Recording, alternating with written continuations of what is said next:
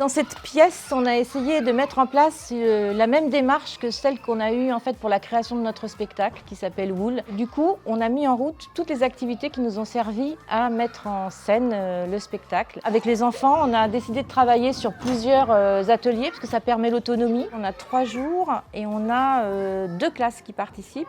Donc là, on va aller vers une mini-création de spectacle. Vas-y, continue, appuie sur la touche.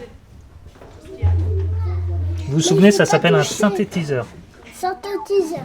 Super. Et là, tu vas pouvoir faire un nœud avec les bouts. Je pense qu'on a besoin en fait dans nos vies de la relation à l'art partout, toujours, tout le temps, et que c'est aussi pour beaucoup un grand épanouissement.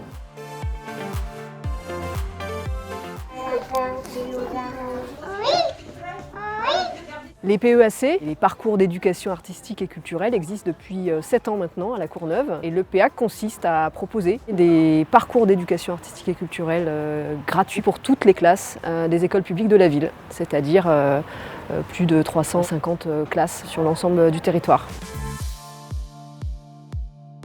Sur les 90 parcours qui sont proposés aux enseignants sur la ville, on a entre 10 et 20 heures d'action pour chaque classe, avec à la fois des rencontres d'artistes, des sorties culturelles, des moments de pratique artistique et culturelle en classe. J'ai fait un masque, on pouvait coller des choses et il y avait des coquillages. J'ai fait des photos, j'ai fait mon dessin.